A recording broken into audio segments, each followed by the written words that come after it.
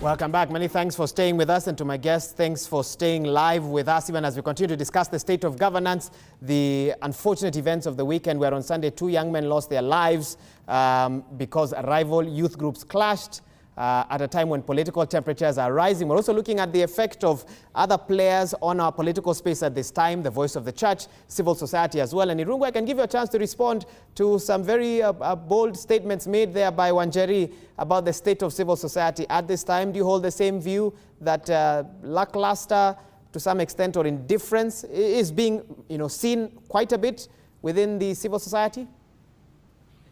So Higa, allow me to just step back a little bit and just make some very quick comments. I mean, I think the point that Honorable Kavogo was making is an important one.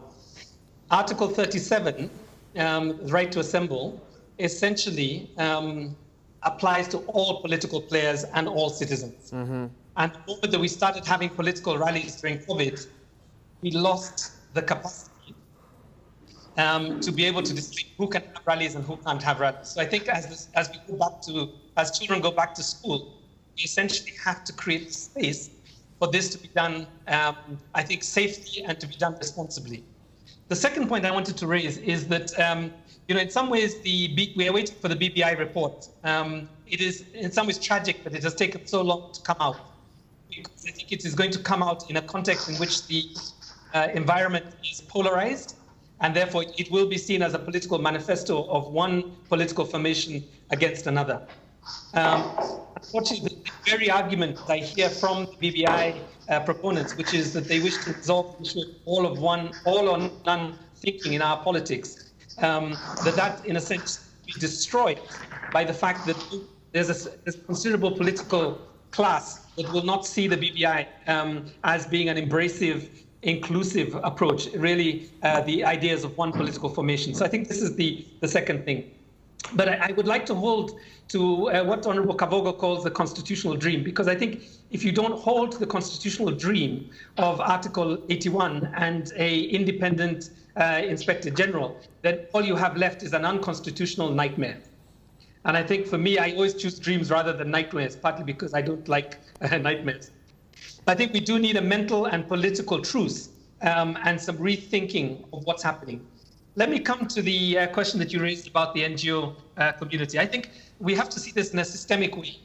Between 2013 and 2017, the sector suffered at least 6 legal attempts to either defund the sector in terms of reducing foreign funding, to control how the offices of NGOs would be run, who would be on their boards, and essentially to pass executive control to the NGO Coordination Board rather than encourage self-regulation within the sector.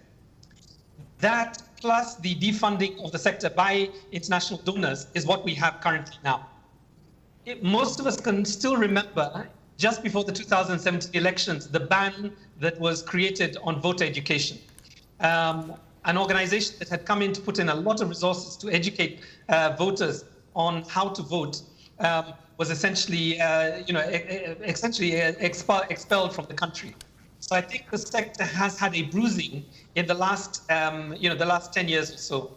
But I think that's not an excuse. I think the important thing now for those of us who have been in the sector is to reinvent ourselves. And as Amnesty International, our organization statute states that a position, nor will we take a position on which candidate should be president. And as long as we have that statute, Amnesty International Kenya will not get into the nitty-gritties of the process. All we will do is hold the country to Article 81 of the Constitution, which is that the elections must be free of violence, intimidation, undue influence, corruption. And I think that's really the role of the NGO sector, if they are taking a position that is independent and impartial, that they would take. But I think Wanjeri alluded to something that I think is important. I think somebody needs to mute their mic.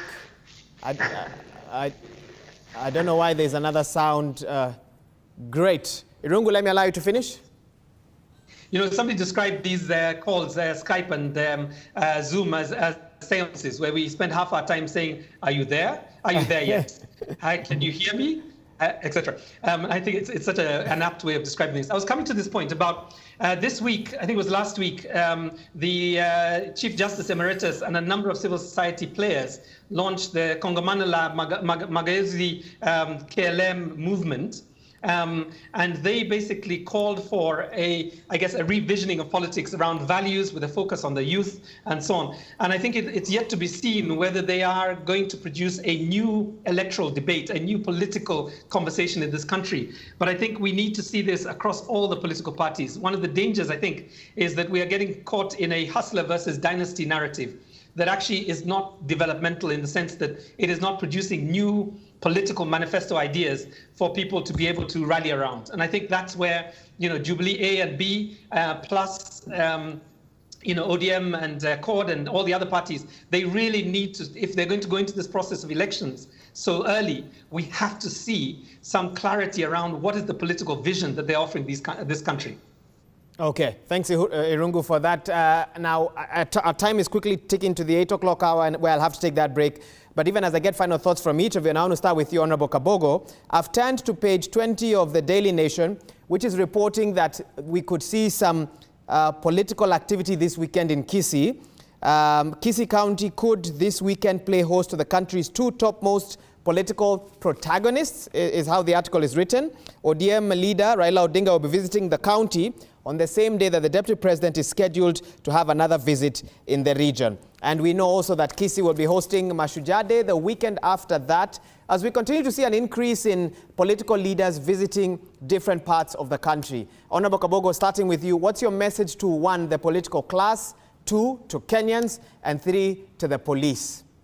1, to Kenyans, and first and foremost, Wahiga, is to tell Kenyans, do not accept to be used. Do not accept to be used. If you are not used, this violence will not happen. And if it happens, allow Mheshimiwa Raila Odinga to bring in Junior and others into those rallies.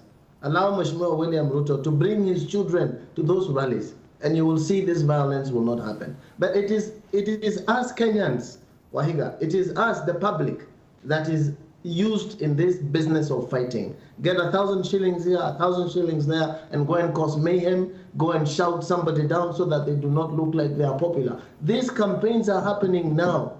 And the president should just come in and say, stop this nonsense. I used the word a nuisance a while ago, and you didn't seem very happy, Wahiga, about it. And I used it in the sense of causing inconvenience, nothing else. And this will be the field of inconvenience in Gusii land now. And that is hunting for votes for both, as you call them, dynasties, as you call them, hustlers. These are definitions that have now come in the new era of 2022 campaigns. The campaigns have started in earnest. And who can stop these campaigns? It's the president. And a while ago, I talked about a constitutional dream, which Irungu has alluded to as better a dream than a nightmare. And I agree with you, Irungu.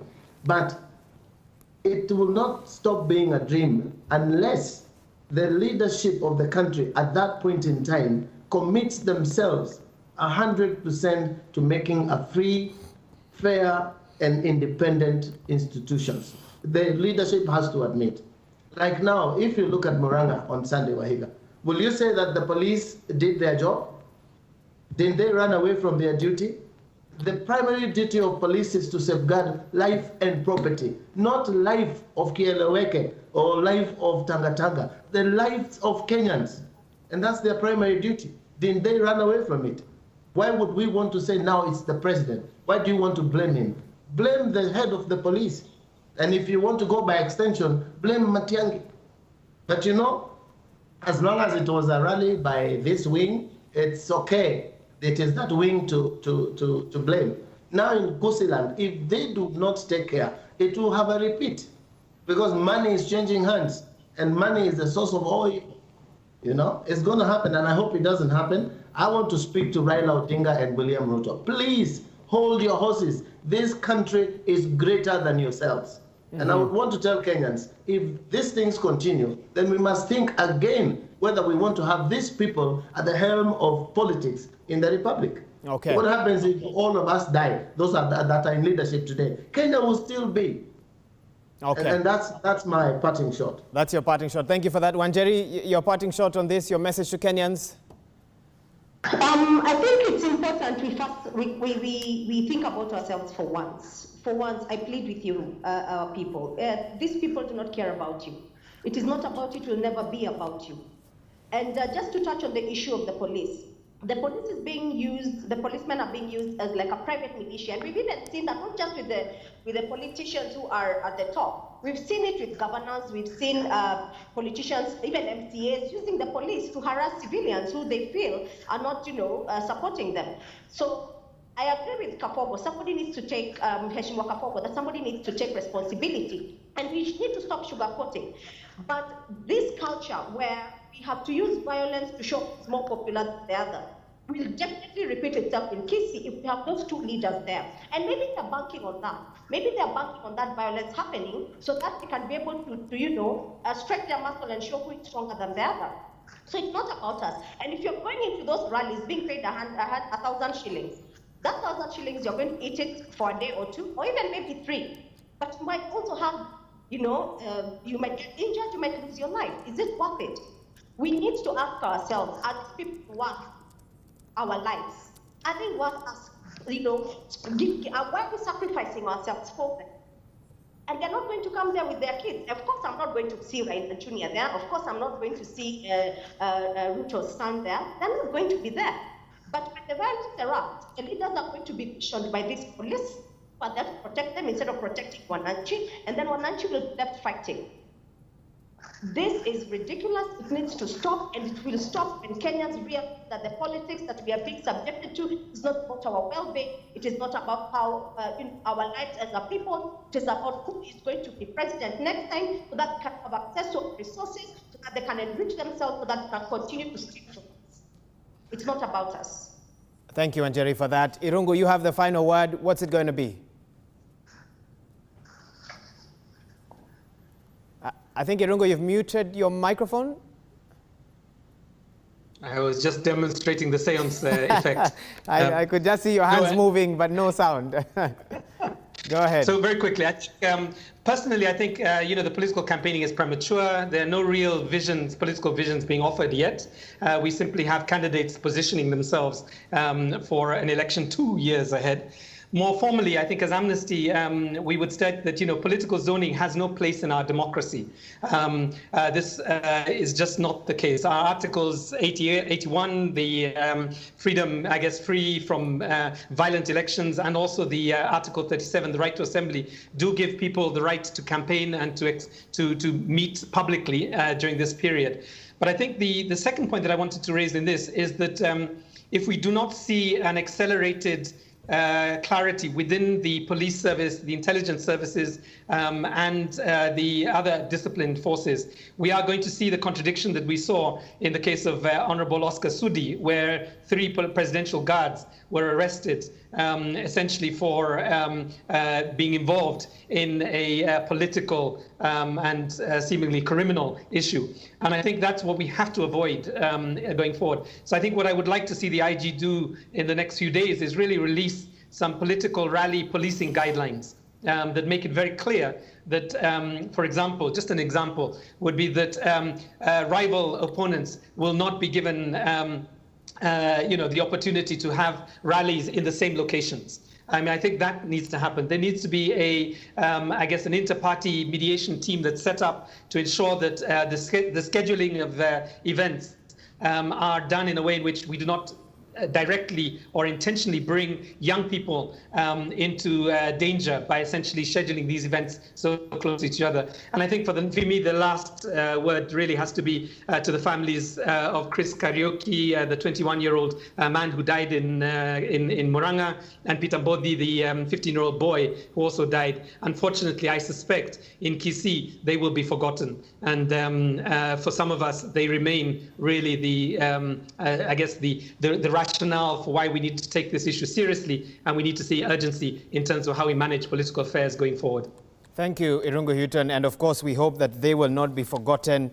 bearing in mind, just very unfortunate that in 2020 we are talking about lives lost as a result of political activities. That's where we wrap up this discussion. Honorable William Kabogo, former Governor Kiambu, thank you for joining us, together with Wanjerin Dero, communications consultant and activist, and Irungu Houghton, Executive Director, Amnesty International. One comment, International Kenya, one comment from Engineer Lazaro Kanyambok. You say political class heavily invested in this country, they're the first ones to throw the stone. Murang'a chaos wasn't an isolated, embarrassing case. Politicians have been wrongly misleading youth to cause mayhem. Thank you so much for your feedback. Keep sharing. 22422 is the SMS line, and the hashtag is Daybreak. All right, we take a break. Do we take a break? Or do we go straight to the workout? It's Wednesday. We take a break, come back. We're going to do some workouts, so get ready to get into shape this Wednesday, the 7th day of October, 2020. We'll be right back.